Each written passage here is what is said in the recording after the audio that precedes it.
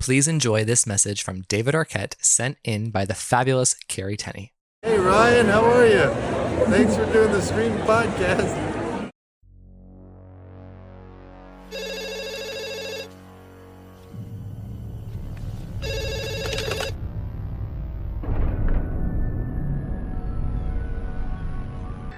Like scary movies? Uh-huh. What's your favorite scary movie? I don't know. You have to have a favorite. What comes to mind? You are listening to Scream with Ryan C. Showers, the podcast for Scream fans just like you. Join Ryan every week as he takes a deep dive into the horror film series that defined the 90s and redefined the genre. Scream with Ryan C. Showers is your source for scene and quote analysis, character dissections, and the latest news about upcoming installments of the Scary Movie franchise.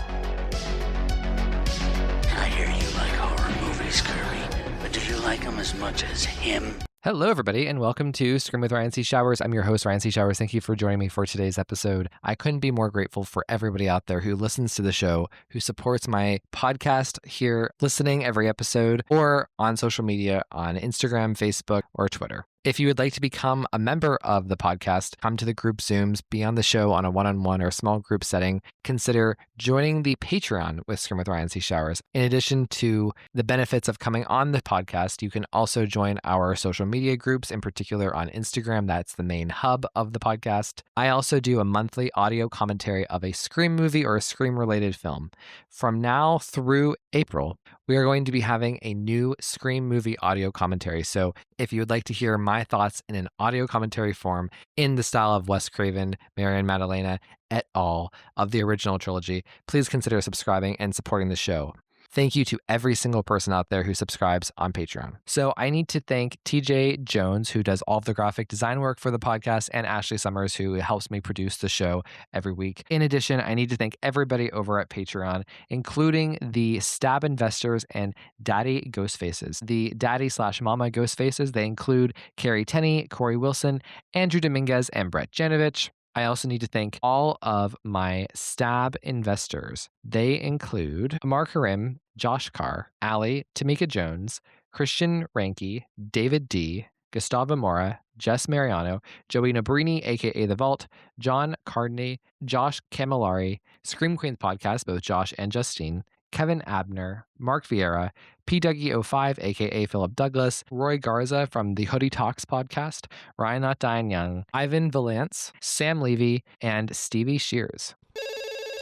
Hello, everybody, and welcome to Scream with Ryan C. Showers. I'm your host, Ryan C. Showers. Thank you for joining me. Everyone, please welcome Anthony DePuzzo. Hey, Anthony. Hey, Ryan, how's it going? I'm well. You know, I feel like you are getting more airtime on episodes that you aren't on more than anybody. It used to be Amar. Amar was always the one that people talked about. And now, you know, I bring up Anthony all the time. I'm honored. I'm so honored. Whenever I was getting grilled by Amar and TJ last week, you know, I was like, damn, where is Anthony when I need some backup? I appreciated the shout outs, and I would have been there to defend you on that episode. I was yelling. Well, thank you. Thank you. So, Anthony, we are here for some big news. It was announced that Lilla and Nora Zuckerman have been writing Scream 8. So there was a trademark filed back in November of 2025 with them under Scream 8. So Deadline was able to confirm that they are writing a script for the movie. Lilla confirmed this on Instagram just a couple of days ago. So they are sisters. They have worked with Rian Johnson on a show called Poker Face. They've actually won the Writers Guild of America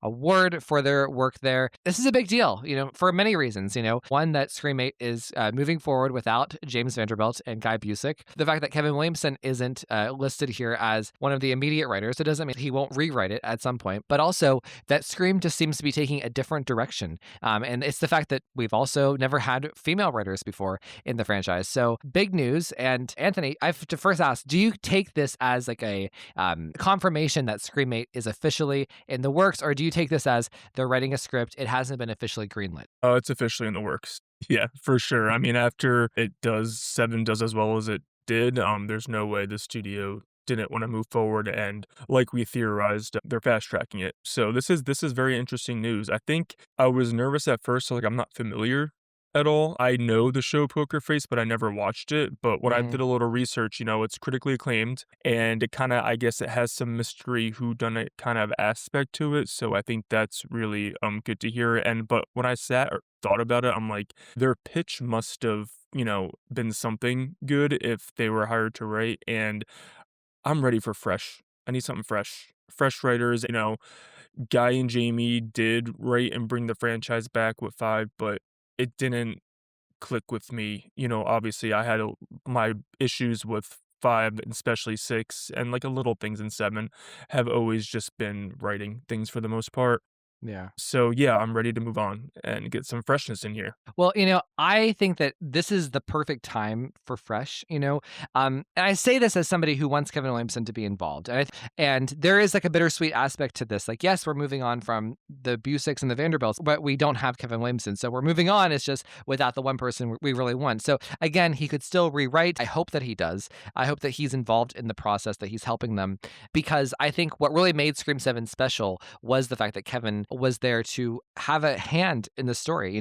I think that he and everything that he brought to Scream 7 as a writer came through and made the movie feel spiritually linked to the original films. And it gave it that similar sense of quality, the similar sense of identity. And that doesn't mean that the Zuckerman sisters won't do this with their script, but I think that it's just important to have that continuity and that spirit. What are your thoughts? Yeah, I mean, again, that's another reason when I first heard the news, I'm like, oh, because right after 7, I was like, Kevin needs to write and direct 8. And now we know he's pretty much confirming that. I mean, as of right now, things always change, but he's not directing 8. 7 was his comeback for Nev and do a Nev Scream movie and give it his all. And he said he still wants to be involved going forward, but it sounds to me like it's going to be strictly producing and hopefully helping with the story and maybe writing. But I get the vibe that he's there to be a cheerleader and support system and give his creative input as a producer going forward. So while I'm bummed about that, I'm happy that he'll always be involved in some way. But yeah, I was a little hurt because I think that, but I'm happy that he'll still be involved one way or another, but I'm kind of excited. I'm excited to do something new. So everyone's critiques have always been it's the same, which I'm not like that. I think Scream has always been fresh, and if you don't love it by 7, get the fuck out of here. But I'm excited for freshness and see what their pitch was and see what they come up with. And I've read that the character development has been really good on Poker Face, and that's my favorite part about Scream. So I'm very excited. Well, so let's just, I don't mean to put such a damper on the news, because I am excited for the Zuckerman sisters, and like I am excited for them being able to bring a novel take to the franchise as we get the first true story that's about Tatum, most likely.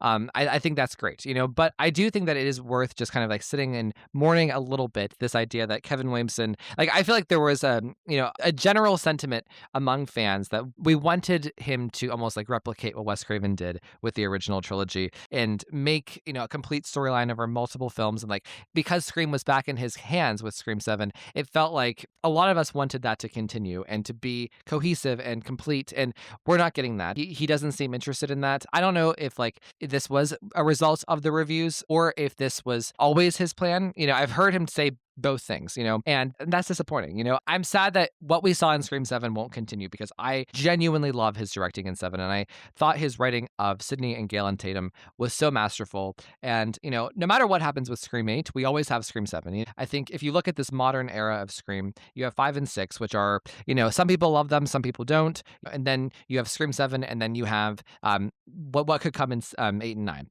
And I think even if 8 and 9 don't measure up to what Scream 7 is, no matter what, we have our modern classic movie about Sidney Prescott with the Kevin Williamson spirit, and that gives Gail, a real satisfying arc. So I'm happy about that. So is there anything you want to share along these lines? No, I mean, I'm just so happy that Kevin did step up and direct 7, and this is so interesting because we're gonna be in a first scenario where we've never had a Scream director who only directed one Scream. We've had, Wes for 4, Radio Silence did their 2, which kind of can be a cohesive story they had. So, and I mean, maybe to Kevin's credit, his cohesive story was just 7. That's it. But I did, him hearing him talk before the movie came out saying like, that's gonna be for 8. This idea is for 8. So I think I'm a little bummed about that, but also, like he said post, he's like, I do have other things I want to do. I always love Scream, I want to be a part of it, but I'm not getting any younger and I have other things lined up. And I think even maybe now that 7 came out and he's like, oh, they're guaranteed in 8, he almost probably has contractual things, like, Universal's not gonna let him delay his whatever monster thing anymore, like, he has contractual obligations, and obviously Spyglass doesn't wanna wait for him to fulfill those duties. That sounds like they wanna film this fall, and Kevin's just nowhere near ready to do that, so it sounded like maybe he wanted to take a breather if he was gonna come back to direct and be fully involved, but I'm just so happy we got 7, and if he's involved in any way, I'm happy. Well, going now to the Zuckerman sisters. They won the Writers Guild of America Award in 2024 for episodic comedy, and that's for Poker Face. Again, I haven't watched Poker Face. I am probably going to try to watch it ahead of Scream 8 because I'm curious about them. I'm curious what their style is going to be, what their vibe is, and their skills as writers for characters, for dialogue, etc. I want to see almost like, I would love to see what they were like before Scream 8, what they do in Scream 8, kind of like Ready or Not, the original, kind of gave us a taste of radio silence before they did Scream 5. And to win this award is kind of a big deal. This is, I mean, especially for like a series that was in its first, in its first year. Like, I mean, this similar award for the drama side was won by The Good Wife, which was one of, Robert and Michelle King. They're, so admired in the industry, and they're some of my favorite writers. So, for them to win this is definitely says something. I have to say, I understand what you said about being fresh and the idea of freshness. I think that for the purposes of the general public, I think the general public likes Scream 7 more than what the critics and what the haters and the boycott led people to believe. However, I do think that there is a sense of, okay, let's do something different. Let's spice it up. Because of going back to Sydney, having so many familiar faces, and Sydney and Gale being such a integral part of Scream 7, it was time for, I think that there is a sense in the air that like, okay, this is great, it works, but let's just do something just slightly off the wall.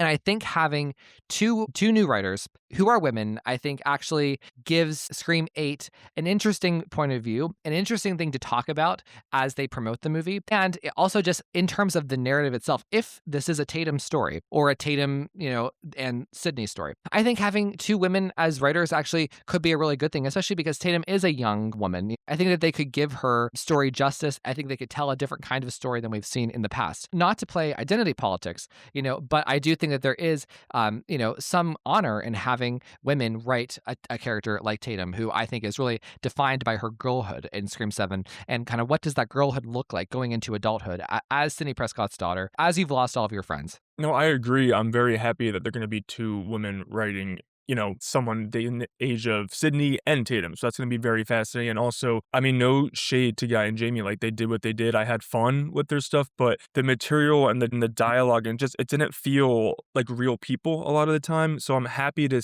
maybe get something more organic. And again, from what I've read and researched, it sounds like they really know how to write dialogue too. So I'm very pumped for that. And I'm just, again, I don't want to say fresh in a bad way. I'm excited, kind of excited that I don't know much about them, to be honest with you, that I just want to go in and see what's going on. I want to watch Poker Face, but also just want to like, let's just see. Let me just go along for the ride. So the more I think about it and it marinates with me, that I'm very happy. Like my grumpy old Scream fan, when I first said, I'm like, who the hell are these people coming into my franchise? But now I'm like, I'm kind of pumped. One thing I've heard about Poker Face is that there is a whodunit aspect that is really strong, which, hello, I mean, Scream 101. If they can have an interesting take on the whodunit that isn't just Mindy pointing fingers and saying, you're the killer, oh no, you're the killer, I think that is such a great place to be in. Well, I agree. And I don't go for the movies for the reveal or the motive. I love that stuff, but I always go to see how Sydney or a protagonist reacts to it. But I would agree that some of the last few installments, especially 6, the reveals have been the weakest, and kind of the mystery has been lacking versus the OG trilogy and 4. So the fact that they supposedly know how to do a whodunit, maybe that critique over the last couple films will be improved in 8. So that's a positive. Yeah.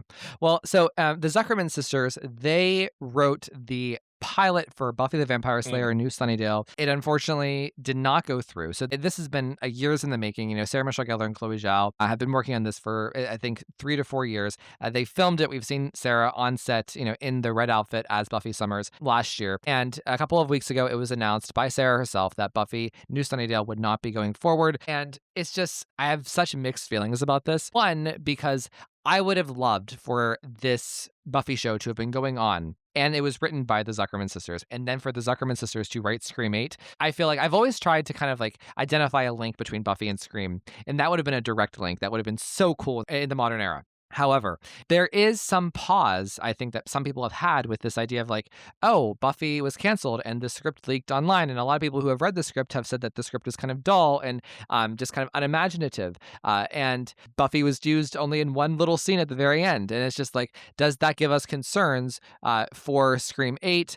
And the general fact of like, this looming thing, like had Buffy gone to series, if it was in the culture right now, if it was, a hit, that would be a great thing. And that was a risk that Spyglass took. I'm sure Gary Barber greenlit this thinking that Buffy would be out and about by the time Scream 8 came out. And this is not exactly the PR that you want. So Anthony, what are your thoughts on the Buffy question? Do you have any concerns? Yeah, I mean, it would have been awesome to have the Zuckerman sisters be part of our baby Scream and Buffy. That would have been, and them both coming out around the same time, I would assume would have been amazing. But as far as the Buffy pilot not getting picked up, and I feel like, first of all, with that script that's going around, it could have been a first draft. And I feel like the vibe I'm getting from that is that there were so many cooks in the kitchen and so many going back and forth, whether it was the creatives, Chloe, Sarah, the writing, the studio, these executives. I feel like it was just way too much going on and they could not get on the same page. So I wouldn't put the blame on the Zuckerman sisters at all for the mess that happened over there.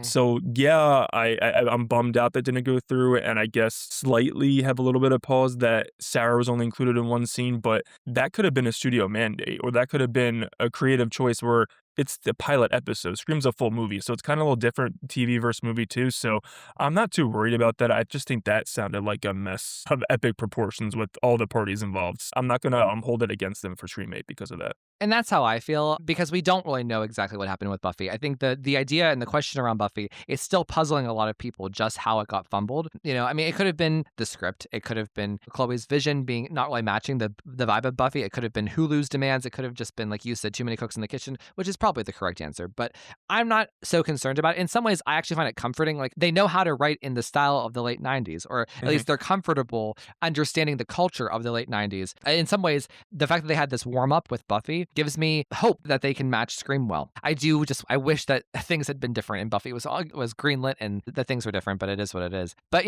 generally, it seems like people are happy about this decision about the Zuckerman sisters. Like, I haven't really seen so much hate about it. I mean, and I think that's kind of the design. And I don't mean to go here right away and go to the cynical place, go to the observational place. I kind of feel like there is a point of view of like, let's have an all-female team. People who boycotted Scream 7, the people hating on it, it makes it harder for them to look consistent on social media and out in the world to hate on a project that is now being taken over by two women writers. Whenever women don't necessarily have the opportunities necessarily in the same volume that men do to write big franchise films like this. So, especially because they're the first female writers ever in Scream. So, Anthony, what are your thoughts on that? No, I think it's smart. And like you said, we haven't had female writers in Scream before credited, so I think that's a very smart move. And as far as the controversy goes, Scream 7 thrived through it all. I mean, we're past it. Scream 8 is not involved in any quote-unquote controversy. I mean, enough with the performative things. I mean, we're starting fresh.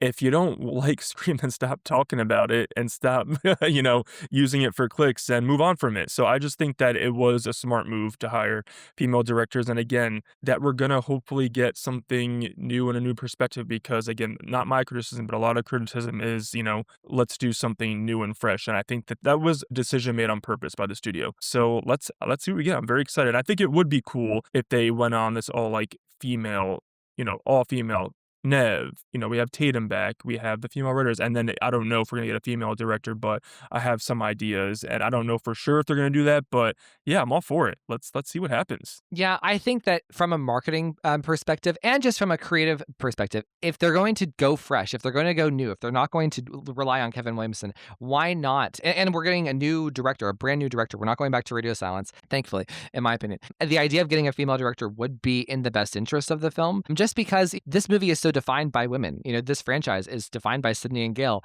Some people define it by Sam and Tara, even Kirby to an extent, and now that we have Tatum, this whole new era of a final girl, and it's about like mother and daughter in a way. I think that it would only make sense for, if you have two female writers, to give someone who is a woman the chance to direct a big Scream movie like this. I think that it would be something really cool and fresh. So, Anthony, let's talk about who would we want to direct. Let's start with just women. And I'm just going to throw it out there. I mean, Jennifer Caitlin Robinson. I mean, how can we not go with her, Anthony? I mean, she is the perfect choice. I'm just teasing. You stop it right now. We cannot have that. Listen, the more I watched, I was so bummed the first time I saw it. The more I watch it, I just accept it as a silly, watchable enough movie. But I mean, no. Keep her away from my babies. Well, and the thing is, though, and I don't know if people know this widely, this was known on Twitter, but like Jennifer Caitlin Robinson, the director of I Know What You Did Last Summer, I mean, her work speaks for itself there. A lot of people were so disappointed with the movie because of her personality and how obnoxious she is in real life, I guess, and how it kind of translated to her movie and how she just didn't really understand what people wanted. She was kind of catering the movie to a niche audience, and guess what? Only a niche audience really showed up based off of the numbers. Well, she kind of was hating on Scream 7. I wouldn't say partaking in the boycott, but she was liking tweets, sharing things, chiming into the anti-Scream 7 rhetoric the night of the release and as the first critics' reviews were coming out. She was kind of being a hater. And I find that to be just really unprofessional. And again, it kind of speaks to the movie I Know What You Did Last Summer. It's like, I see it now. I see why this didn't work. Yeah, she was trying to save face because her big slasher kind of fell apart in front of her face, and now she was trying to like save face and try to let me just knock down Scream a little bit. It's breaking records. Let me say, I don't know. Some of the things that she was liking, I don't know, was just so ridiculous. Yeah, I don't like when directors play like that. It's like, let's be professional and move on and support each other. So I just don't like the mean girl cattiness of her vibe. And she, in my opinion, again, not on the level of Radio Silence, there was so much better. But for someone says they love I Know You Did Last Summer so much, they didn't understand the assignment, in my opinion. I think to stoop so low that for her to do that, it comes from a place of she knows that her movie did not do well. I'm looking at the numbers right now. So the overall gross for domestic for I Know What You Did Last Summer was 32 million overall. That's half of what Scream 7 made in its opening weekend. I think if you look at just the Saturday gross or just the Friday gross of Scream 7, that was one day as opposed to the whole run. And the gross worldwide was 64 million, which ironically is the domestic opening of Scream 7. So I think she knows that her movie flopped and failed, and I think that there's a lot of resentment there. And I think she was using these delicate points of controversy with the boycott and the critics having their agenda. And I think that I think it was kind of shameful of her. So, just it is what it is. Jealousy. Just scream jealousy. Who do you think would be a good choice to direct Scream 8, Anthony? Yeah, Ryan, we texted about it, and we both have the number one choice. I don't know if you realize it, but Karen Kusama is just, I love her vibe of Jennifer's Body. She can do fun, campy fun, but not over the top. Like, because I still think that Jennifer's Body has really good character development and horror sequences, but also we know she can do tension and suspense like no other. Because The Invitation is one of my babies. I think that The Invitation combined with Jennifer's Body shows that she can deliver the goods with the Scream movie. That includes character development, suspense, set pieces, slashing, killing, all. So if I were to have to pick a female director up front, it would be her, hands down. Yeah, I'm the same way. So Karen Kusama actually has been on this podcast. I spoke with her and her husband. They made a movie called Destroyer with Nicole Kidman back in 2018, and it's one of my favorite movies of all time. I think it's one of my favorite performances of all time. It's such a really great action thriller. I love it so much. But so she was on the podcast, and she's worked with Jasmine Savoy Brown on Yellow Jackets, of course. So I actually asked her if she would ever direct a Scream movie, and she said no. But I think that, come on, like direct a movie that, that is going to make $200 million at the box office. I think she would. I think she would get my full endorsement to direct Scream 8, especially under this kind of female team. Like you said, you mentioned Jennifer's Body, which kind of speaks to the tone of Scream in a way. You mentioned The Invitation, which is a cult classic. A lot of like film snobs really love The Invitation. Love it. Destroyer, Yellow Jackets. I mean, I think she has the perfect resume to take on Scream. I think that she has the talents, the skills, and she's earned an opportunity like this if she would want it. So I think that she is by far the best choice. And in fact, Joey Valisi, whenever we were doing the very first script for the podcast for Scream 7, we actually envisioned that she would have been like the person directing the script. She would be the perfect option for Spyglass to give this opportunity to. I hope that they seek her out and ask her to do it. Yeah, I think she can handle it, and I think that if she gets the offer, she should really think about it before passing, because I think she can deliver a really unique and all-timer Scream sequel. Yeah. Well, so let's just take out the idea of gender, and let's just say if there was a man directing it before we opened it up, who would you want, Anthony? Yeah, having said everything about Karen Kusama, my overall top pick, and it has been my top pick since I saw this movie to direct a Scream movie, is John Hyams, who directed Sick, written by Kevin Williamson. I always thought if Kevin wasn't going to come back for 8, it would have been beautiful if he wrote it and then John Hyams directed it, because I think that Sick is a certified banger. I love it so much. Talk about what I've been saying for so long. I miss chase scenes. That whole movie is an epic chase scene, and the characters are amazing. I felt for the final girl. I think that he is just born to direct a Scream movie. I love that opening scene in Sick, so I think it's a no-brainer. Like, he needs to direct a Scream movie ASAP, and I don't know why Spyglass, if they haven't called him yet, please call him, because if he was announced as Scream, I'd be like, we're good. We're totally good. Yeah, I would love him to direct too. I think he showed in Sick, because Sick is a quasi-Scream movie. You know, It there is. is a reveal, there is a mystery, there's a whodunit aspect. John Himes would be a fantastic choice. And the thing I loved about Sick was the tone was so dark and gritty. It reminded me of like the darkest elements of Scream 1, maybe even darker, you know. And I think if we had that element to a sequel that had a big cast ensemble with Sydney and Tatum and the twins and Gail, plus new characters and possibly in different setting, I think that would be a real show-stopping movie. I think that I would even say that Sick is a better Scream movie than Scream 6 is. Like, that's how much I love is. Sick. So I would, if I got the news that either Karan Kusama or John Himes took over for Scream 8, I would be jumping up and down, so thrilled. In fact, before like it was a very serious idea that Kevin could direct Scream 7, he would have been my main choice. Same. But you know, I'm glad that everything worked out the way that it did. But I think he could bring real perspective to. Here's the thing about like a Scream movie now, because it's such a big deal. I think you need a director who has almost a personality of themselves, like to do the media, to do the rounds. I'm not sure if John Himes has that, but he definitely has the talent to make it happen and to make a great movie behind the camera. Karan Kusama, she has a platform and she has a name and she has recognition. She could do the media circuit, the media tour. Here's one name that could definitely do that, but who I don't really want to direct Scream 8, and that's Christopher Landon. So he was supposed to direct Scream 7. He made a movie called Drop instead. He ironically dropped out of Scream 7 due to some horrible things that were happening at the time because of Melissa Barrera, and it is what it is. But I just feel as though that ship has sailed. Back then, even though I was happy to move on from Radio Silence, I wasn't happy to be moving on to him necessarily. I kind of just find him to be a little bit amateur in his films. I think Drop did a lot to change my mind, but even so, even though I think that he could do it, he could make a good Scream movie, and I think they would be fine based off of his work in Drop. I think, like Jennifer Caitlin Robinson, I don't want someone who is drama. And Christopher Landon has shown us that he is unprofessional. Like, the way that he acted around Melissa's firing on social media, had he just logged off of Twitter for a month, he would have directed Scream 7. But instead, he engaged with the Melissa people. I don't think that's going to change if he would get this opportunity now. And I don't know. So, Anthony, what are your thoughts on Christopher Landon? Yeah, listen, and aside from all the drama stuff, I love what you said about tone with John Hyams. I think that I want a dark Scream movie. I said not my issue, but one of my critiques is I want the tone to go in line with 1, 2, and even 3. I'm missing that tone, whereas in Sick, there was humor, but it was so natural and organic. It wasn't like, ha ha, wink, wink, funny scene, which again, I know we're horror comedy, it's going to happen, but I missed that tone. And listen, I'm open for Christopher Landon if he just doesn't focus on people in his ear. Like, literally, if you're going to do this, log off social media and just focus on the movie. Don't interact with social media at all. And also, I need him to be a little more serious, because I love Happy Death Day and Freaky, but that's not Scream. The tone needs to lean, in my opinion, a little more towards Drop. It needs to be Drop mixed with the fun slasher of Freaky. I don't need a hokey, full-on cheesy Scream movie, because again, that's what I'm trying to get away from.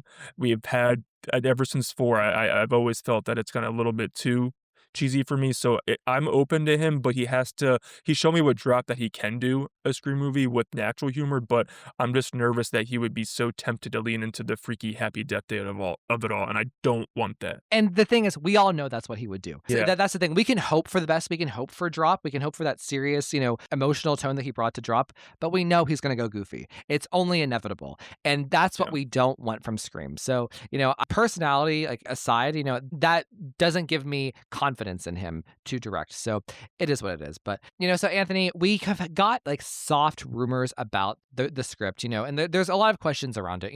Are the Zuckerman sisters, like, are they finished with the script? Are they working on the script? It sounds like maybe everything's being negotiated right now. They're trying to decide, will this person be back? Will this person be back? Will Hayden be back? Will Jasmine and Mason be back for sure? It sounds like Nev and Isabel and Courtney are going to be in it no matter what, which is obviously what people like you and me want. But What are your thoughts?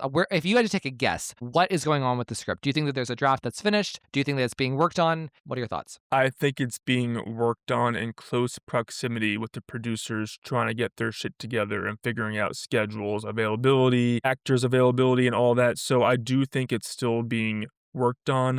I think they probably have a story outline, like the gist of it. Obviously, we know Nev, Isabel, Courtney, boom, they're in it. They're trying to, they have some story with them as the foundation, but they have probably other people involved. Let's see if we can get Hayden. Let's see how much the twins are going to be involved. Let's see whatever, hot actor is available. So they're kind of, I feel like the story's there, but they're really going to get the details of the script together once they get availability all figured out. But so I would say stories there, scripts being worked on, but I think that I would also probably assume and theorize that they're further along than we think, or that's been Yeah. announced. I would lean to agree. Like, I think that there was probably an idea of like, just get a script written down, like a very rough draft before 7 comes out. That way they can start negotiating in good faith. But I imagine the script is what, even if there was a draft, it's going to change drastically based off of how things shape up over the summer. Of course. For some reason, it sounds like 8 is not going to be so simple. With Scream 6, they had it ready to go. Like, they were really like, the negotiations, besides Nev, of course, were pretty effortless. And I just feel like with this, it does seem like there is going to be some time, if that makes sense. I don't want to say like to a Patrick Dempsey degree where they're Right. filming and they don't have a mark yet, but I hope that they do it the right way and they don't just rush through things or play haphazardly. That's how Nev and Scream 6 happen. I was gonna say, like, I know it feels like everything's happening quick, but I'm kind of happy that it wasn't like boom, boom, boom, 2 weeks after, Scream 7 comes out, it's announced. This is the release date. This is what we're doing. I feel like that's what happened with 6. And again, I love 6, fun movie, but I know it feels fast with 8. But I'm kind of happy they're kind of like, oh, we're just writing it now, figuring everything out. It's not like we're set, we're doing this. Let's take our time. We're on 8. We have to keep the consistency. I still want it to be a good movie. So I know it feels like Spyglass is moving fast, but I think they are trying to, at least creatively, let's be positive and let's have a good movie. So I'm happy. And again, I'm okay with taking a beat and just figuring it out for the best of the franchise. Well, and the rumor is that they are allegedly shooting in the fall, so fall of 2026. So the script would be, so I guess like what you're saying and what I'm saying, it's kind of, I feel like the big negotiations, the big announcements will probably happen this summer, maybe even September. So by the fall, that could mean September, October, November. I think all the announcements will happen closer to filming, kind of like Scream 7. Most of the announcements for Scream 7 were happening late November or December-ish, even into January. That's when Joel and Jasmine were announced. Good stuff. So, okay, with that being said, though, if let's just say they do film in the fall, what are you thinking for a release date?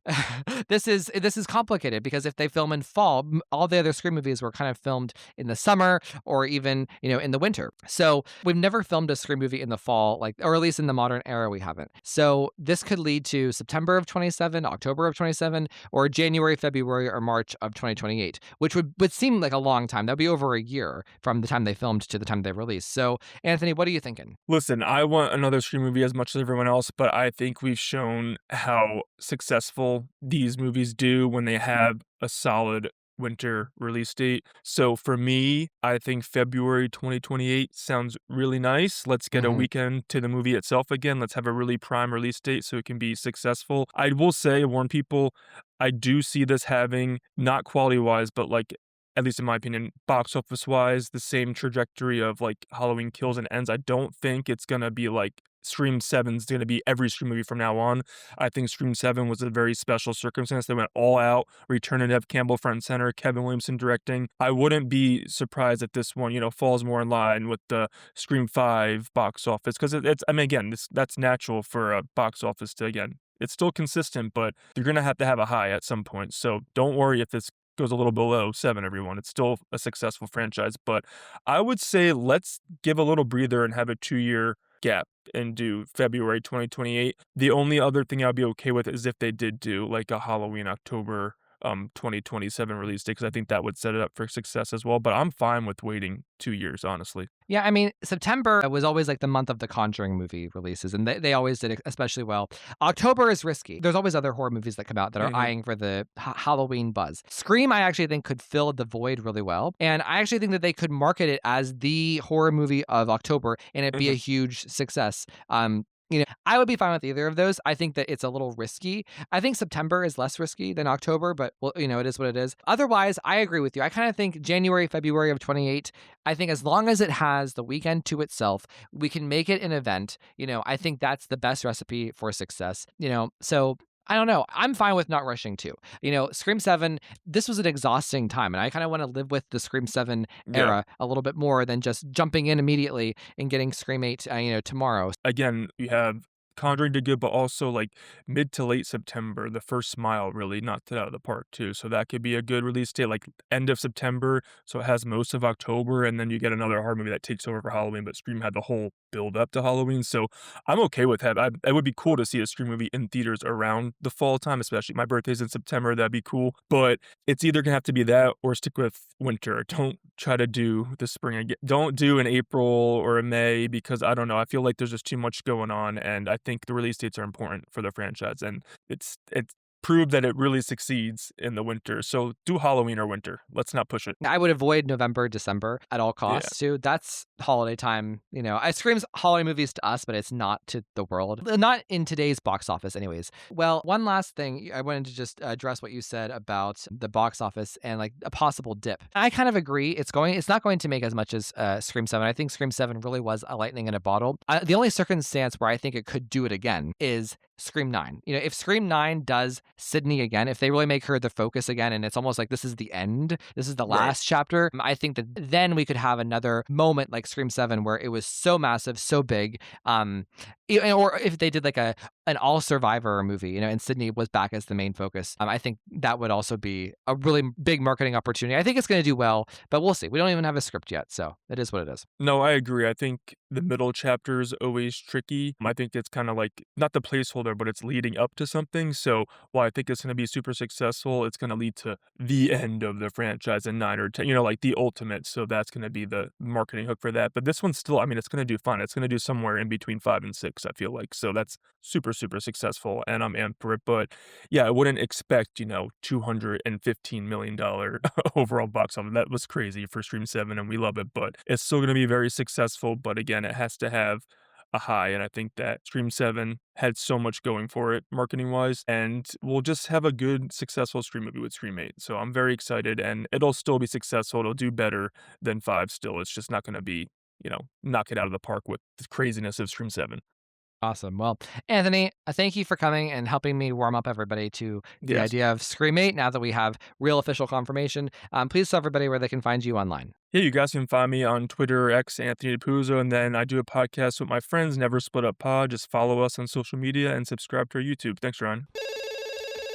I wanted to take the opportunity to do a little one-on-one with you all and go through my official updated ranking. If you've been an astute listener, you'll know I've been kind of wishy-washy as it pertains to where Scream 7 is going to fall in my ranking. I've been giving a lot of qualifiers and an I know, but, and my head says this, my heart says this. So right now I'm finally coming out with my updated post Scream 7 ranking. So we're going to run through that.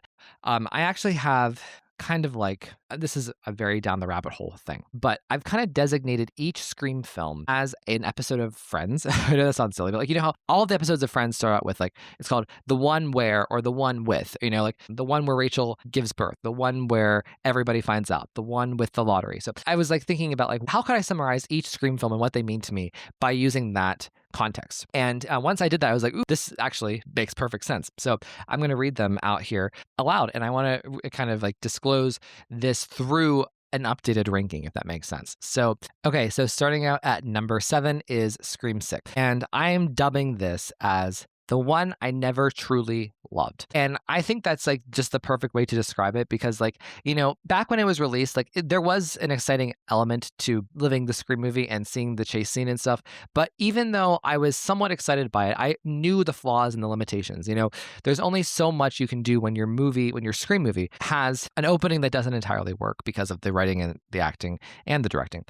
Killer reveal that is trite, unoriginal, and has bad acting. And then, your main character has moral issues and by wearing the robe, I mean, and you mess up Gail Weathers and you don't really give her a beginning or an ending, right? That's a problem. And then you also, whenever you don't really get the comedy fully right or the meta fully correct, despite like feeling exciting sentiments at the time that this movie was released, I knew all of those limitations, And I don't think that I ever truly loved Scream 6. The first 20 minutes or so, even after we get through the opening, we go to the therapist, we go to the apartment with Sam, and we get the party. The apartment, the party, I never vibed with that. I feel like there's always been some distance between me and Scream 6. Like, I don't understand the language of Scream 6. I don't understand the aesthetic of Scream 6. Like, it's not going to be a movie that I'm ever going to completely gel with. And it's hard. Like, even like to pick an MVP, like, I don't even think the acting and the characters are all that great here. One thing I used to love to do back whenever we had, only 4 or 5 movies was I used to love to like pick who are my top 5 characters or top 5 performances, like top 5 acting performances, and rank them. And with Scream 6, it's almost impossible because I don't think anyone truly hits a home run in Scream 6. I know some people out there are raising their hands and they're going to say Melissa Barrera. And I do think that her acting improves from 5 to 6, but the characterization of Sam and like the things that we learn about Sam and like what the movie's asking us to do about Sam, it holds me back from fully embracing that, in addition to just kind of the culture around Melissa and that was created with Scream 6. Like, it doesn't make me feel good. So I can't even really give her that nod. And she still has moments where her acting is weak. So it's like, if I had to pick an MVP of Scream 6, I don't know if I can truly do it. Like, the top contenders would be, I think, Gail because of her chase scene, but this is the worst Gail Weathers. Part of why Scream 6 is so offensive to me is because of how they treat Gail Weathers in her first scene, the lack of a last scene, the character assassination in the middle. Like, yet she is the best thing about the movie. Her phone call and chase scene, and the time that we do get to see her, it's just Courtney Cox elevates the movie so much more than the movie is worth. So I can't fully embrace Gail there. I would probably pick her just because her phone call is so good. Hayden Panettiere would be a great option too. I think she is such a good actress. She's such a magnetic actress. She's such an emotional actress. You connect and click with her. But some people don't love the FBI agent. It just feels kind of wonky, They do this weird thing where they make her into a suspect at the last minute. It just doesn't work. Like, again, I don't understand the people who are so overwhelmingly positive about 6 when the main red herring, I guess, is Kirby, yet we don't really find that out to the very last minute, and we're expected to just dump, all of our previous feelings towards her. They don't build it up well. It's all just kind of haphazard and last minute. I don't know. There's that. I want to pick Kirby, but I feel like I can't because it's just the execution isn't, in the writing that Hayden is asked to work with, doesn't really measure up to her. And then you have Mason Gooding, who is charming and, the romantic lead, and his charisma makes the movie really watchable. But there's not a lot of substance there, and he is the one that's responsible for the core 4. Like, it's just, so much holds me back from even naming an MVP. Like, I wouldn't, so those would be my top 3, and I would put Melissa at 4, because I do think her acting improves, but whatever. I went down a huge rabbit hole here. But my point is, it's just like, I just don't think Scream 6 is ever fully successful as a Scream movie. I think that as a movie itself, it's fun. I think that Scream 7 does a lot to make Scream 6 like really relevant and cement it into the history, whether, people like me like it or not. But I just think it's a very sloppy film. So, and just a poor representation of a Scream movie. So that's my 2 cents on Scream 6. So Scream 6 is the one I never truly loved. Number 6. Okay, this is Scream 5. And, I am deeming this one as the one I liked the most when it was released. Because when Scream 5 came out, I was a fan. I was a big fan of Scream 5. I was moved by it. I was so happy just to have Scream back and to have like people excited about it and like the franchise and like affirming the little things about the franchise that I love about Scream. I was so happy to have that, I was so happy to see that Radio Silence was seeing me as a fan with these Easter eggs. And I thought Courtney Cox was truly amazing. I thought David Arquette was actually really emotional. I was actively trying to go along with the requel formula. I was going along with what they were giving us, And I do think that Scream 5 is competently made, even if it at times feels cheap, and there are writing choices that really alienate a lot of fans pertaining to, the fact that this isn't focusing on Sydney, the fact that Dewey is killed. I understand why those 2 choices are made, and I can vibe with it enough to get through the movie and enjoy the movie and have a warm soft spot for the movie.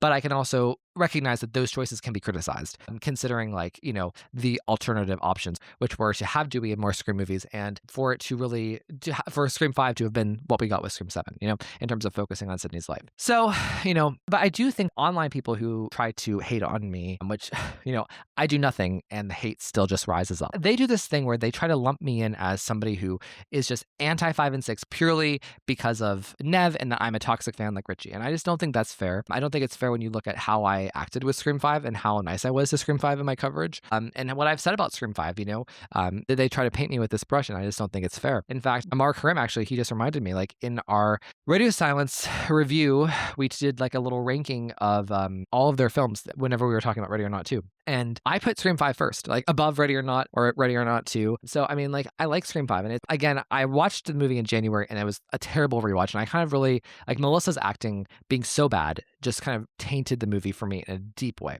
Versus here, I watched it for the screen time that I just went through, and I loved it. I didn't love it, but like I was like, oh, I see how this is working. I see how they're trying to bridge both generations, and I actually do feel like the trio, especially Gail, that they matter here, even if like the decisions, the choices aren't everyone's cup of tea. If you choose to go with the choices, I think that in terms of like making Dewey a drunk, which is problematic, if you choose to go along with it, you'll understand the artistic vision that's ongoing, which is fine. I understand everything, that all of the choices that they're making, like how they're trying to build Sam up, how they're trying to make Sydney and Gail useful in the end. Like everything is there for me to get along to go along, So, I do have a soft spot when it comes to Scream 5 for Gail and Dewey especially. And, it is what it is. I think it was overrated at the time, but I did love it at the time. Like whenever I walked out the theater and I was like those first couple of months, I was like very pro Scream 5. In fact, I had 5 over 4 in my ranking. So, that's kind of my baseline where I am with 5. And I'm today in a warm place with 5. After my last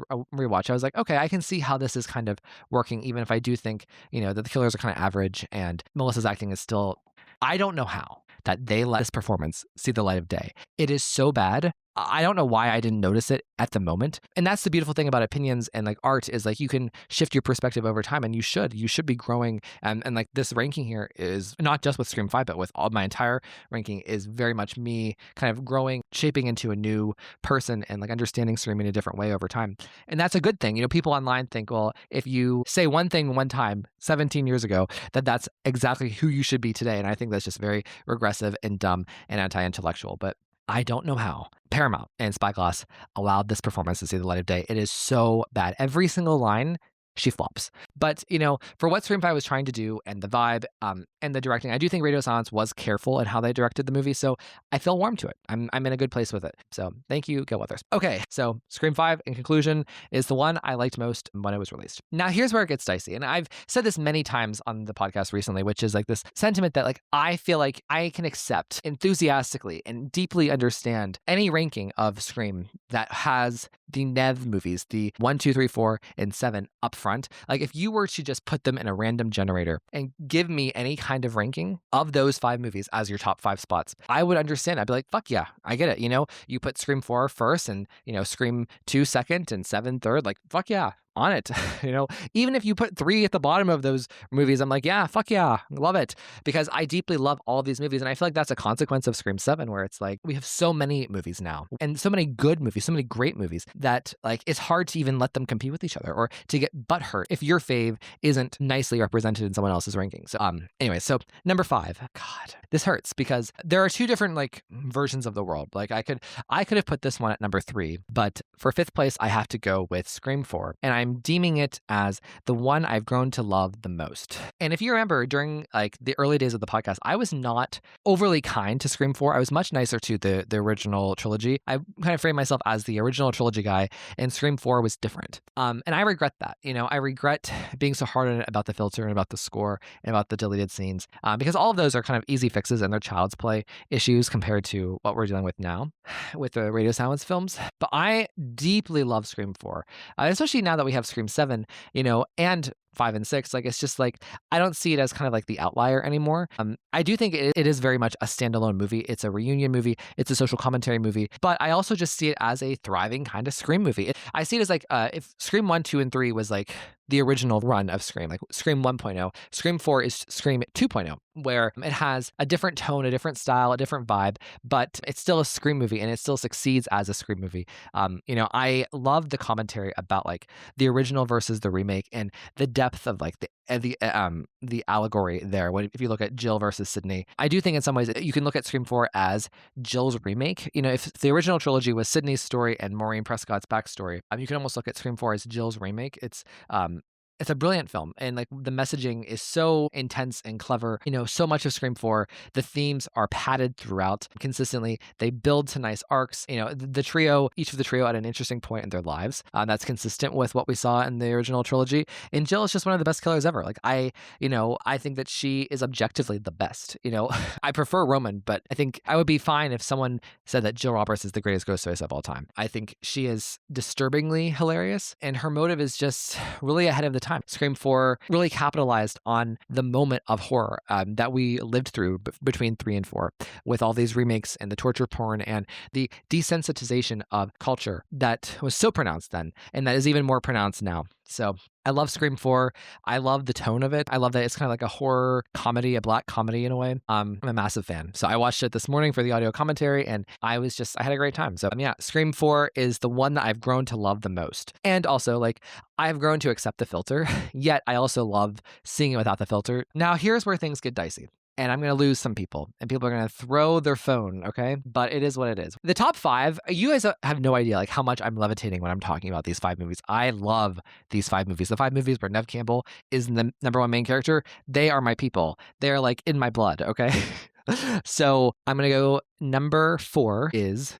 Can't believe I'm doing this. Oh my God. Scream 2. And I'm sorry, guys. I'm sorry to all my Scream 2 fans. And like, I don't want anyone to think of like Scream 2 as falling in my ranking or being in the middle of my ranking, because that's not how I see it. That's not, everyone should know that I view the original trilogy as like one complete story and vision, and that it's like forever like my favorite thing in the world. But, I'm just going to be true to myself and how I'm feeling right now. And that doesn't mean that this won't change in like, a couple of months. Maybe like in August, Scream 2 will be back up in second or third.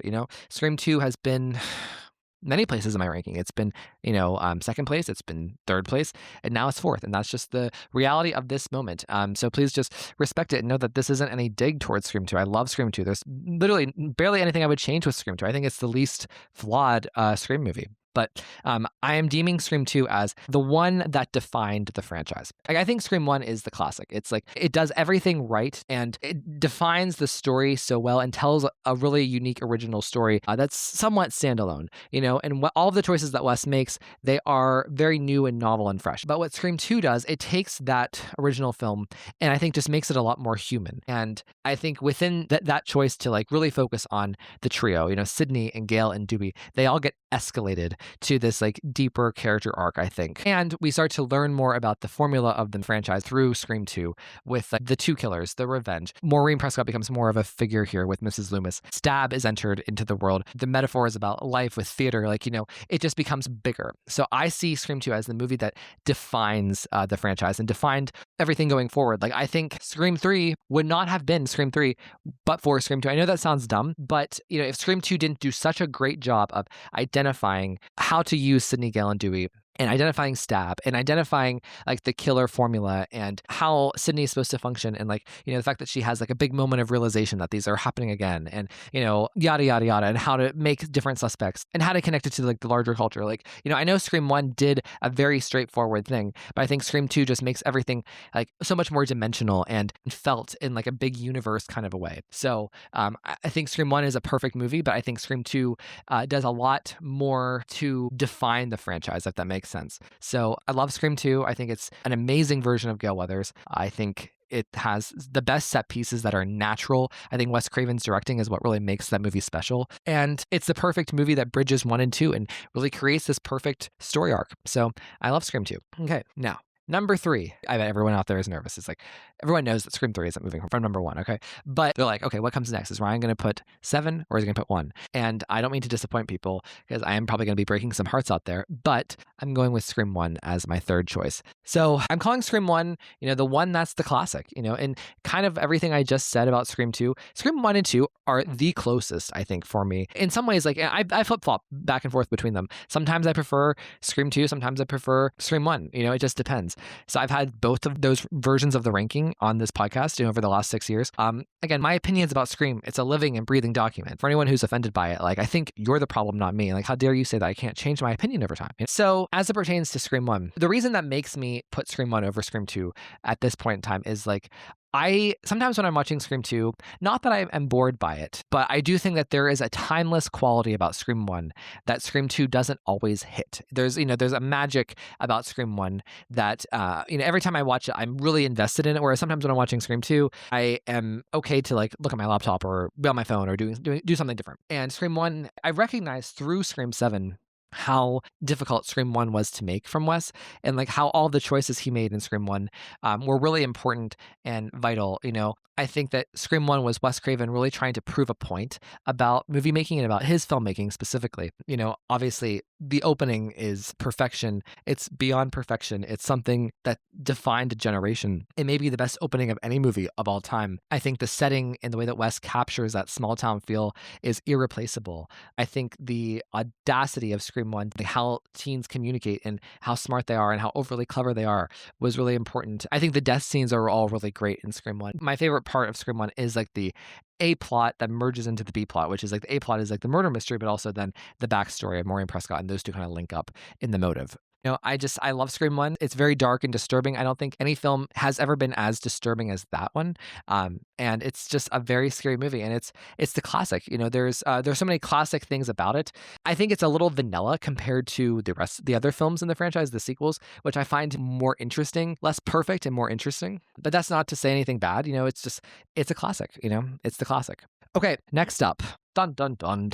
Everyone knows what's coming next, because if you know me, you know that I'm not going to be throwing away the love of my life, Scream 3, for my new side piece, which is Scream 7. So number 2, I am deeming Scream 7. This is shocking, I know. Some people are going to be like, yeah, go Ryan. Other people are going to be like, Ryan, you're just excited. This is all just recency bias, which is why I held off for a whole month, guys. I held off for a whole stinking month before giving an official ranking, because I've been unsure, But for Scream 7, I'm deeming it as the one that's my new favorite. And I took inspiration from my sister with this, because as soon as the movie ended in theaters a month ago, she said to me, that's my new favorite. And I loved that phrase, because it doesn't mean that the old favorite doesn't prevail, but it just means that we are completely captured and in love and infatuated with this new movie. And that's exactly how I feel about Scream 7. Since we got it on VOD, I went through and I was thinking about episodes. And before I did this big episode where I ranked all of the scenes in Scream, and I was like, maybe I should do that for an episode for Scream 7. So I was gathering screenshots and I was making my ranking. I recognized, holy shit, I love all of these scenes. All of these scenes are really good. There's not a single really bad scene in the movie, a scene that doesn't work for me. I don't have almost a least favorite scene. All of the scenes are really, really solid. My friends, Josh and TJ, they described Scream 7 that it's more of a horror drama than it is a horror comedy. There isn't that comedic person. My producer, TJ, he literally had this breakthrough the other day. He said, there is no Jennifer, there is no Kirby, there is no Randy, there is no comedic relief. And I was like, yeah, that makes a lot of sense. And that makes a lot of sense as to why the tone is so even, and Scream 7 feels so well-rounded, and it's hard to even find a scene that doesn't really fit, and why I love basically all the scenes, right? Scream 7 to me, on the horror level, it works. I think that I would go as far to say this is the best version of the villain Ghostface ever in history. I used to say that was Scream 1. I love the death scenes in Scream 1. I think that the death scenes are better here. I hate to say that. People are going to shame me, but oh well. I love how Kevin, with each of these death scenes, he's very thoughtful about how he kills each of the characters, Kevin and Ghostface, right? And Kevin makes a big artistic visual. The visuals in Scream 7 are kind of mind-blowing. I think that of all of the movies, this is the movie that has the best cinematography in terms of you're snapping a picture. I would probably still say Scream 3 has the best cinematography overall in terms of look and vibe, but I think Scream 7 has the most picturesque deaths, I think all of the deaths are truly memorable in some way. And he's not afraid to be gross and gory, which sometimes Wes was, at least in Scream. Yet, they feel very dignified and very like a painting, And so I think that works. I think the horror of Ghostface really works. Things like, the two ghost faces emerging and kind of closing in on Tatum, and it cuts to black. Stunning, shocking. I never would have imagined that. And that kind of goes to Kevin overall with Scream 7. I feel like he really poured his heart and soul into this movie. He had so many different things he wanted to say and do with the movie, choices he wanted to make as a director. All these 70s movies, whether it's Texas Chainsaw Massacre, Jaws, Black Christmas, Halloween, the list goes on and on. He had really innovative ideas of ingenuity of how to compose a shot or how to tell the story. It's a really visually stunning, arresting movie in the way that he deploys his visuals and his cinematography. So, Kevin's directing is so strong in Scream 7. I think the people who unfairly used like his lack of experience against him in their reviews of Scream 7, you should feel shame, because Kevin Williamson's directing is so accomplished for only being his second film over, 25 years. He did such a great job with this film. In addition to the directing, I think that this is such a perfect Sydney story. I think Sydney and Gail, there was so much build up to Scream 7 after Screams 5 and 6, because I feel like but there was a huge collection of us that felt like we got screwed over with Scream 5 and especially Scream 6 in regards to Scream, because for a lot of us, Scream is Sydney and Gail. Individually, as characters, it's about their growth. And I think what Kevin did with them here, it made up for everything. It gave us exactly what we wanted. Both characters are just absolutely perfect. Both of them individually, but also their relationship together. It's so emotional. It's so real. It's so textured. It's so complex. As Sydney Prescott, absolute perfection. Courtney Cox as Gail Weathers, like the best I could have hoped for. I never thought that Gail in Scream 7 would be this good. I was really afraid that she would be worse than Sydney, and she wasn't. They're both just like up there as like the best that either of them have ever been. So, I love everything that was done with the two queens. And I feel so much peace from Scream 7. The fact that Scream 7 gave us such amazing storylines for both of those characters, I feel like whatever happens next with Scream 8 and 9, I don't care. I mean, I do care, of course, but like if it goes haywire and the next two movies are poor, I'm fine. I feel so much peace from Scream 7. Like 7 did everything right. 7 gave us a great ghost face, had great writing, had Kevin's visuals and like his narrative stamp, and gave us the best versions of Sydney and Gail we could have possibly hoped for. I feel so much peace from that. In addition, I do want to just shout out the writing of Scream 7. I think that like there's just so much here as it pertains to Sydney's daughter and like the arc here with Tatum Riley. There's so many interesting plots that Scream 7 manages. It revives Chad and Mindy for me. It makes Sydney's life interesting and the world full again. I love the killer of Jessica. I think that it's a very interesting, innovative, and maybe even revolutionary killer. I think that's why she's being met with such resistance. I think Anna Camp is the best killer we've had since Emma Roberts. I love Scream 7. And like also the feminism of like these two competing, dueling motherhood. And it's just like so many things in the screenplay remind me of like great literature. The fact that we get this like scene with Sydney and Jessica talking about their kids, and at minute 20, and at minute 130, she reveals herself as the killer. And not only is it mom versus mom, and one mom's protecting her kid, one mom's trying to kill her kid, there's this whole other dimension, which is the parasocial element. She's such an interesting killer. And at the end of the day, like it's very realistic and a kind of a left-hand turn. Like there is no soap opera to what the killer is doing in Scream 7. I mean, maybe a little bit with like her killing her husband. But at the end of the day, like these are three crazy people who were attached to a mental hospital that, two of them were stew fanatics and stew heads. And they were just three crazy people that Sydney doesn't really know much about that go and attack her and her family. Like that's very real to life. So, I really like Scream 7. I'm happy to have it this high. I didn't know if it was possible to have it this high. I know that I'm deeply in love with it right now. And I am so happy and grateful that Kevin Williamson and Nev Campbell and Courtney Cox made this movie for us. So it feels like it was made for me in some respects. So love it. Love Scream 7. So again, Scream 7 is the one I'm considering my new favorite. And number one, this should surprise no one, is Scream 3. So Scream 3 is what I'm deeming as the one that is my ultimate favorite. And I mean, what can I say about 3 that I haven't already said in 17 different ways every single episode of these 320 episodes? Like what more can I say about how great Scream 3 is? I think the tone of Scream 3 is very adult. I love the drama and the mystery and the action and the suspense that has a slight, a tinge of comedy. I think Parker Posey as the supporting comedic relief is one of the most creative performances ever on film. I think the trio are their best here. They're all three like huge dragons that are just like at the prime of their characterizations, both from the acting and the writing. I think Sydney's storyline in Scream 3 is my favorite thing ever in history of cinema. How focused it is on her trauma and her mental health and her mother and the questions that she's wrestling with about her mom. And as she's growing to protect herself as like the ultimate final girl, and the fact that none of that matters at the end, like she still has to make the choice to go and save her friends. And then she has this extra dimension where she meets her brother and she goes into the finale a different person than when she leaves. Like the handhold with her and Roman is so complex and so deep, just beautiful. And it has the best ending ever, both the finale and the epilogue, the happily ever after. Wes Craven's best directing for my money. The adrenaline that he pumps into this movie to make up for the blood is incredible. The Maureen Prescott backstory is what great mysteries are made out of, It's such a funny thing that kind of connects to the first movie where, the first movie, it was so subtle. And here it's just like a plot B, right? To the Stab 3 and the Sydney of it all. So, and everything, whether it's Sydney's storyline, the Stab 3 storyline, the Maureen Prescott backstory, it all comes together in the perfect bow in the finale, in the monologue and final fight with Sydney and Roman. It's just phenomenal filmmaking from Wes and acting from Nev and Scott. I just absolutely adore Scream 3. And for all of the comedic moments that we get with Parker Posey, we get deeper and softer and more delicate moments like Sydney and Kincaid in the police station and Sydney at home by herself. And it's just such a wonderful film. It's the love of my life, for lack of a better phrase. So Scream 3 is my ultimate fave. So just to round us out and remind everybody what I said here, my new ranking is from best to worst now. Scream 3, Scream 7, Scream 1, Scream 2, Scream 4, Scream 5, and Scream 6. And I would say that Scream 1 is the one that's the classic. Scream 2 is the one that defined the franchise. Scream 3 is the one that's my ultimate favorite. Scream 4 is the one I've grown to love the most. Scream 5 is the one I liked the most when it released. Scream 6 is the one I never truly loved. And Scream 7 is the one that's my new favorite. Hello, everybody. Welcome to the next segment of Scream with Ryan C. Showers. I'm your host, Ryan C. Showers. So everyone, please welcome my friend, Ashley. Hey, Ash. Hi, everybody.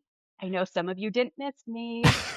But a lot of people did. So, I love it. I'm just joking. She's back. She being Ashley, she being Taylor, Taylor, one and the same. They get us confused all the time. I love hearing that people are finding her music and not just Shake It Off. I see this as what we're doing is in classes, you'll hear about theory, like feminist theory or Marxist theory. I almost feel like we take the Taylor theory and put it over Scream, put it over what the experience is of Scream of the moment or whatever the topic is. So I think it's actually important work. It's, the people want to know. They have a right to know. How does it feel? So we're just giving an education, Ash. I know. We're almost experts, and we could probably teach a class. I want to hear from Ash about Scream 7 and where she stands on it, because she was on an early episode with me and Jess, literally the day after we saw it. But those recordings, they were just so swift. They were in and out. No pun intended. They were swift. We didn't get to spend so much time hearing from people. So I want to hear, Ashley, what are your thoughts now that we've had time to process it? With how Scream 7 turned out, I feel like it was a really fun way to make the old movies, make people, if they haven't seen them, they would want to tune into them. And I felt like it felt like Scream, if that makes sense. Whereas Scream 5, I felt like it felt a little bit like Scream. And Scream 6, to me, I like that movie, but I don't really like it as a Scream movie, if that makes sense. I have fun with that movie, but it doesn't feel Scream. And this felt like returning to something we loved so much. And I was just having so much fun in the theater watching everybody react to it and seeing how people were so happy. It felt really, really fun to be in a space where people were having such a good time, especially when the world can feel so blah sometimes right now or overwhelming.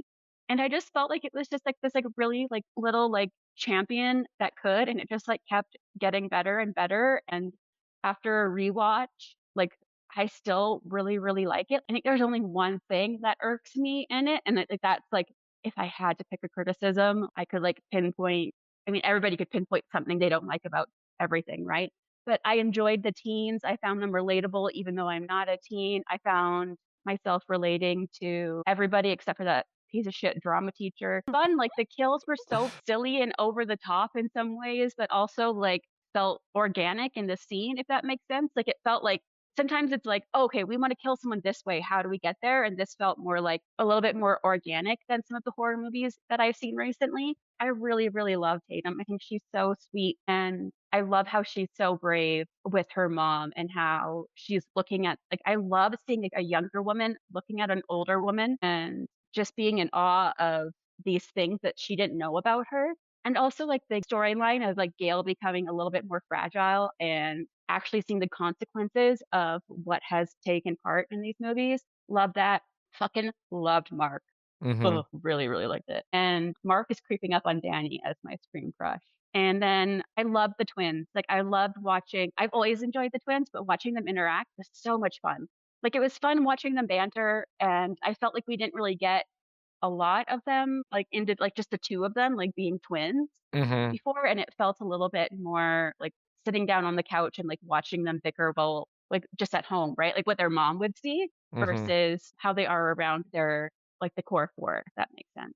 But I thought it was really fun. I think it's beautiful. I had a great time every time I watched it.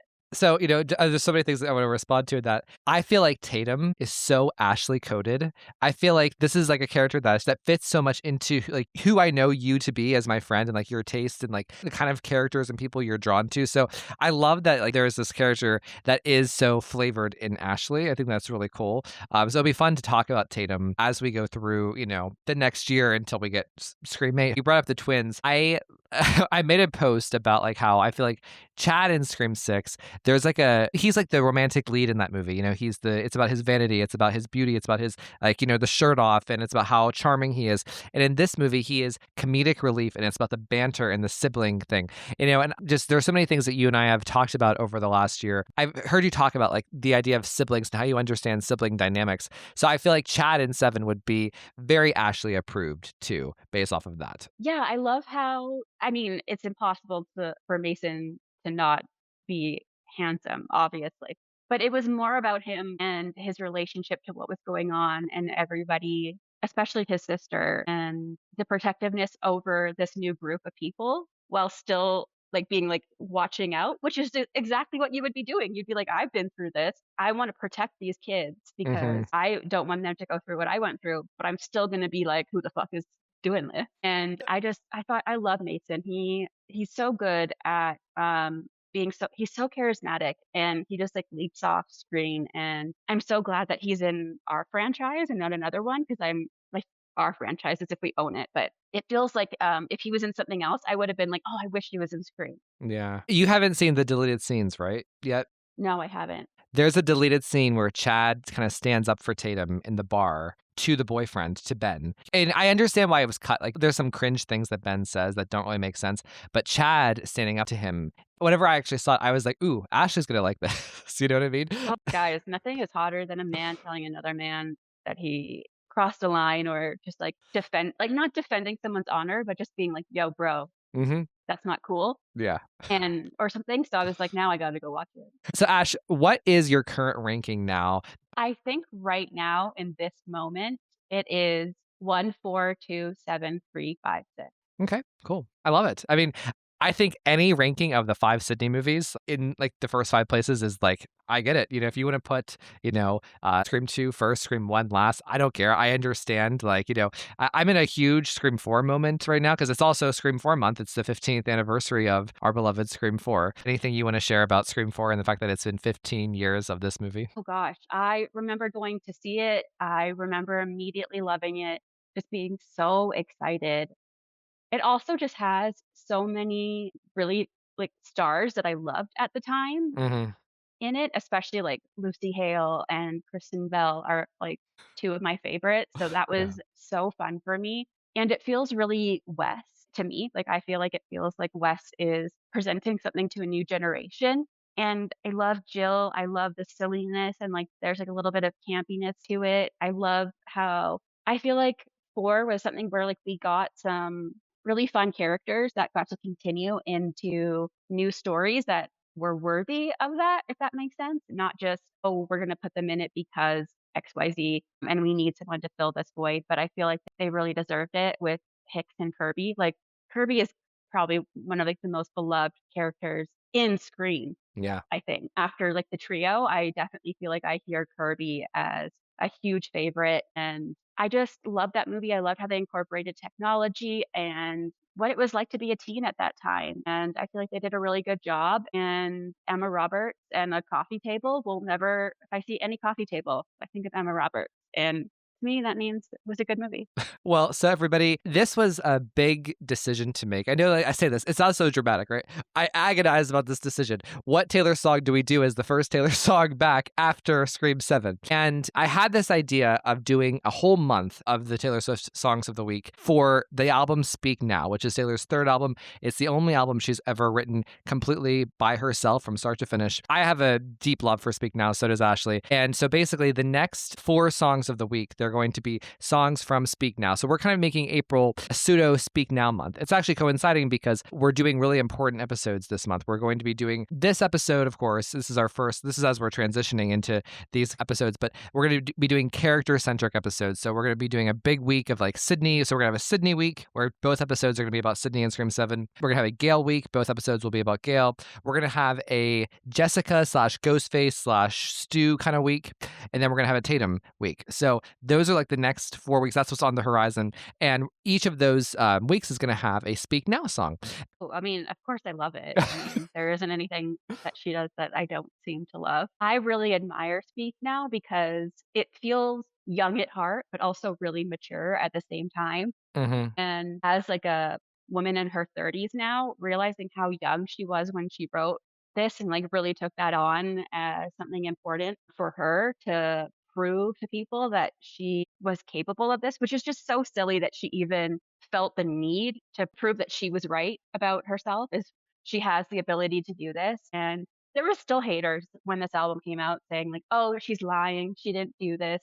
There's still people who are like, she doesn't write her own songs. And I'm like, oh, shut up. But I love this album. I have some really fond memories of driving with some of my like really good friends during this time, doing road trips. And I would say I think this is like when you hear a little bit more of the adult themes coming in to this album. Like some people are always like, oh, there's like no sexiness in any Taylor album. I was like, oh, she doesn't say it like so directly like she does now that she's an adult, but there are like some themes of like definitely maturing and having more experiences within your love life throughout this album. Isn't that annoying? Everything Taylor does, it's like, she's not talking about sex enough. Okay, then she does Wood, and everyone's like, oh my God, she's talking too much about it. Like, it's like the woman can't win, right? I fear, Ryan, that's just being a woman. Well, for me, the album Speak Now, it's very wordy, it's very confessional. And weirdly enough, like a lot of the songs that kind of just popped off of the playlist for me, they align with the major points in 7. So I'm excited for people to hear our analysis of these songs through Sydney, through Gale, through Tatum, through Jessica and Ghostface. Ash, what is the Taylor Swift song of the week here? The Taylor Swift song of the week is Enchanted, track 9 off of Speak Now, which came out in 2010 and then re-released in 2023, written by Taylor Swift, obviously, as all songs on Speak Now are.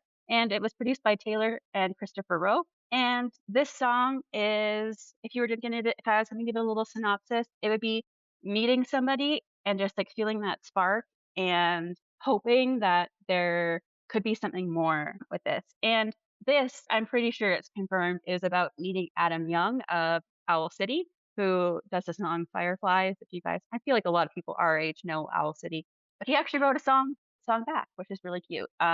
He was somebody who Taylor wrote a song about that was really happy about it and talks about it in a nice way. I mean, it is a nice song, so I guess that's might be the difference than Dear John, but Yeah, wow. I absolutely love this song. I feel like it feels like it makes me feel how it feels when you first meet someone and you get that spark and you're on your way home after meeting them and you're like, oh my gosh.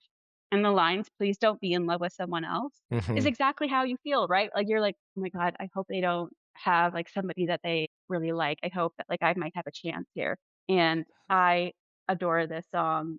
It's just like it feels like a princess in a tower and like she just met somebody at the ball. It's like how like it's just like so sweet and loving. I've related to this song when I was young, when this album came out, until I met like my fiance, right? When I was like in my late 20s. So it's just a special one. I feel like it's a gem, like a hidden gem. The original title of this album wasn't Speak Now, it was actually Enchanted. That's also why I felt like this was the perfect song to start with to come back to Scream 7. Not only because it's like, this was supposed to be the title of that album, and it's so large, it's Taylor's favorite song from Speak Now. It's the one song she performed of Speak Now on the Eras tour, the entire tour, and it's really a special song for Swifties. It's beautiful. There is something magical about about this song. I think it encapsulates the whole era of Speak Now really, really well. I listen to it all the time, and I actually have a really interesting tie-in to Scream, or at least how I can relate it to Scream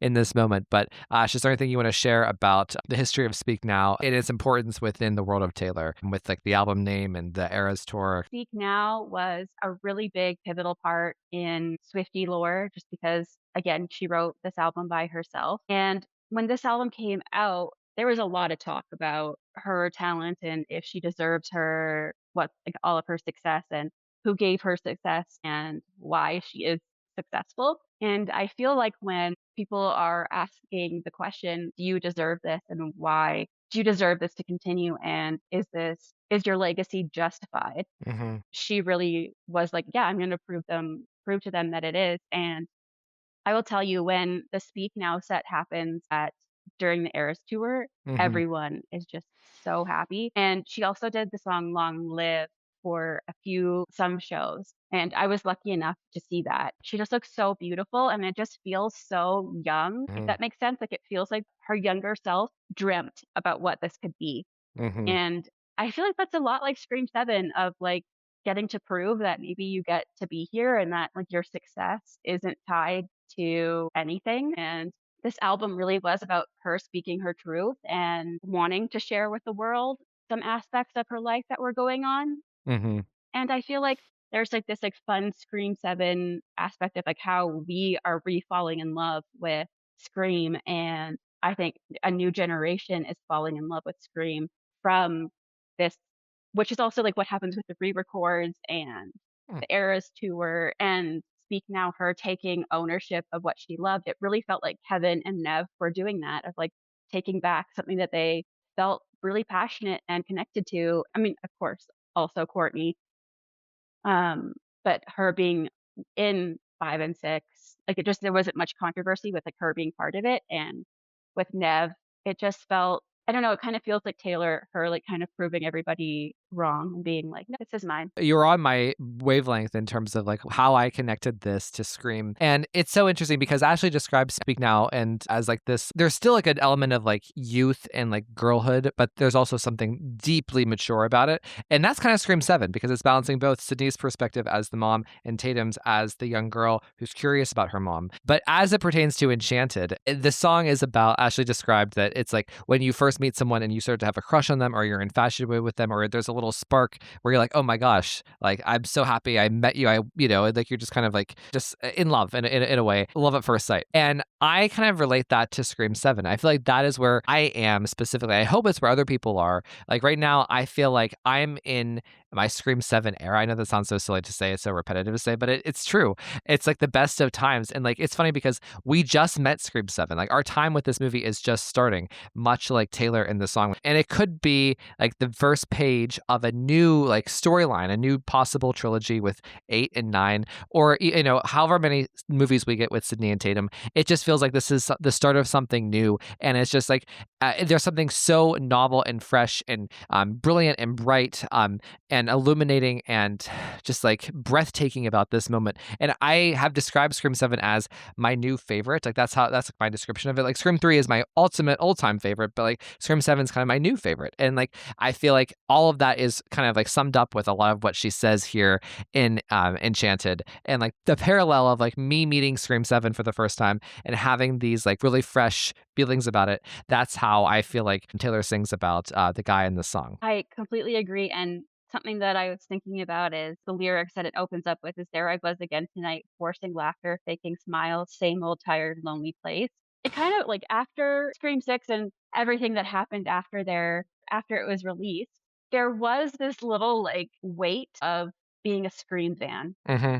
And you were just kind of like someone, like if I was wearing a sweatshirt, I was like, is someone gonna come and yell at me? Like, and Mm-hmm. to be fair, the majority of people that I know had no clue about anything that was going on. Even people who I know who love horror movies had never heard any of this, let's not go watch Scream 7, and if you do, you're a terrible person type of stuff. And these are people who are, like, into pop culture, and they were just like, "What? I haven't even heard any of that." So, obviously, but it was really heavy, and getting to sit in the theater with all these people who really loved it, and I honestly had so much fun at that theater. Like, I've actually met friends, like, Aw. legitimately. I met, like, 3 people that I have, like, been talking to since that movie came out, mostly because I was like, "Hey, follow the podcast." But, Do you like Taylor Swift? um yeah, I was, like, handing out friendship bracelets, and one girl was like, "Oh my god, I love Taylor Swift and Scream," and so I was like, "You should listen to the podcast." But it was just so fun and really refreshing, and I feel like this song is about feeling kind of stagnant, is that the word? Like, Mm. just feeling kind of, like, in a rut, kind of in a lull, and then something happens, and I think we've all been there where, like, you meet someone, and it could be whatever relationship it is, like, it could even be, like, taking a new class or, reuniting with a friend you haven't seen in a while or whatever it is, and you just feel like you get to, like, take a deep breath and really I feel like Speak Now is, like, the deep breath you take before you say everything you wanna say, and Yeah. it's just, like Enchanted is that, like, feeling you get after you just experience something so fun, and I'm not gonna lie, coming home from Scream 7, I was on a high. Yeah. Like, I was just talking way too much, talking so fast, having so much fun. Like, people would have thought I was drunk. I was not. Stone cold sober, and, like, my fiancé and I were just having so much fun, like, laughing, talking about what happened, and he likes Scream, but he's not like me, and he was like, this was like the he, like, had so much fun with this one. He liked it so much more than 5 and 6, and he loved the opening, and he was just like, "That was, like, my favorite opening," and you couldn't stop talking about it, and it was so fun. That's what Enchanted is, like, the Mhm. song is about just, like, that spark coming back and having so much love for something immediately, and that's how I felt about this movie, and it felt like other people felt that way in the crowd. Yeah. Well, I'm so glad that you brought up those lyrics because I actually literally have it in my notes. There I was again tonight, forcing laughter, faking smiles, same old tired, lonely place, walls of insincerity, shifting eyes and vacancy, vanished when I saw your face. All I can say is it was enchanting to meet you. And that is like my transition from Scream 6 to Scream 7. And then she goes on to say, and it was enchanting to meet you. All I can say is I was enchanted to meet you. And then the big chorus goes, this night is sparkling. Don't you let it go. I'm wonderstruck, blushing all the way home. I'll spend forever wondering if you knew. This night is flawless. Don't you let it go. I'm wonderstruck, dancing around all alone. I'll spend forever wondering if you knew. I was enchanted to meet you. And I just feel like how you just described going to see Scream 7, that is all of this song, and like just the reflecting on it and just like living this month, where Sydney is the main character again. And we have this really amazing story about her and her and Gail and her and Tatum. And we have like Kevin's really creative directing and it just feels like home. Ash, anything? Yeah, and you know what I think? Okay, this is gonna be, like, really random, and I feel like only weird niche Swifties and Scream fans will understand this, but when that kind of, like, montage that was really similar, like, super similar to the one in Scream 1 where everyone's shutting down for Yeah. the night, and, like, there are some shots that are so similar, right? And that was kind of, like, how it felt when we got the re-record, Hmm. is being like, "Ooh, this is the same thing, but it's different, and it's so fun," and you guys can't see Brian's reaction.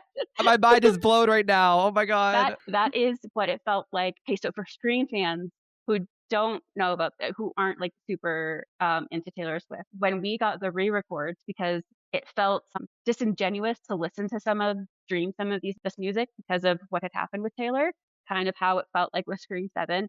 Seeing this homage to something from the past that we love so much coming back to life that we can, like, now claim as our own Hmm. and feel completely free to love was just so fun. And I feel like when you saw that montage, if your heart just like was like, "Oh my gosh, this is so much fun," that's how it felt when the Taylor Swift fans got the re-record. I love that. That is like the best comparison. Oh my God, that blew my mind. So the next part, like the big bridge here, is she says, this was the very first page, not where the storyline ends. My thoughts will echo your name until I see you again.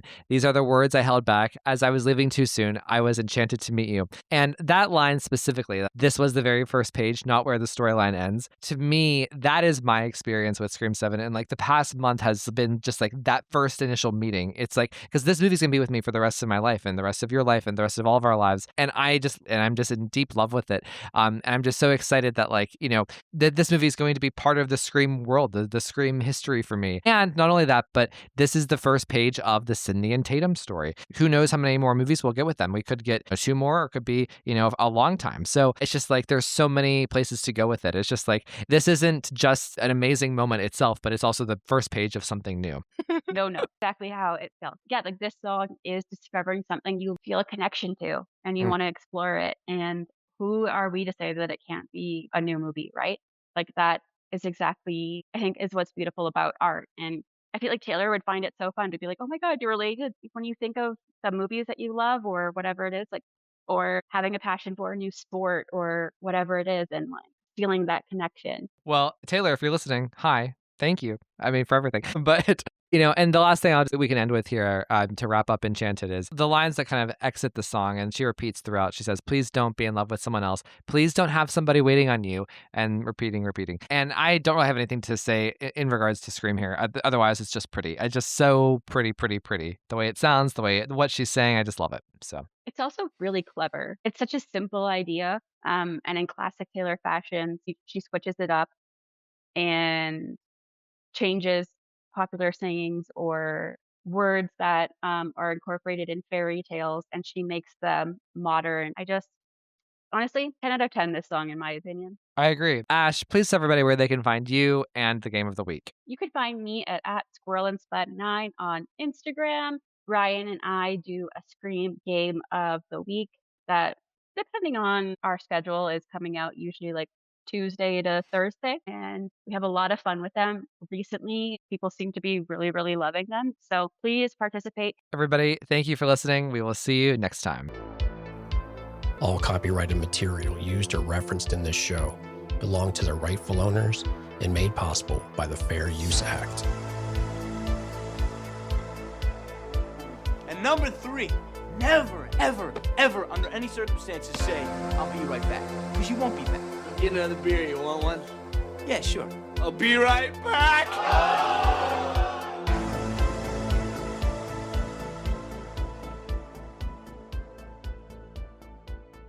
Dear God, Ryan,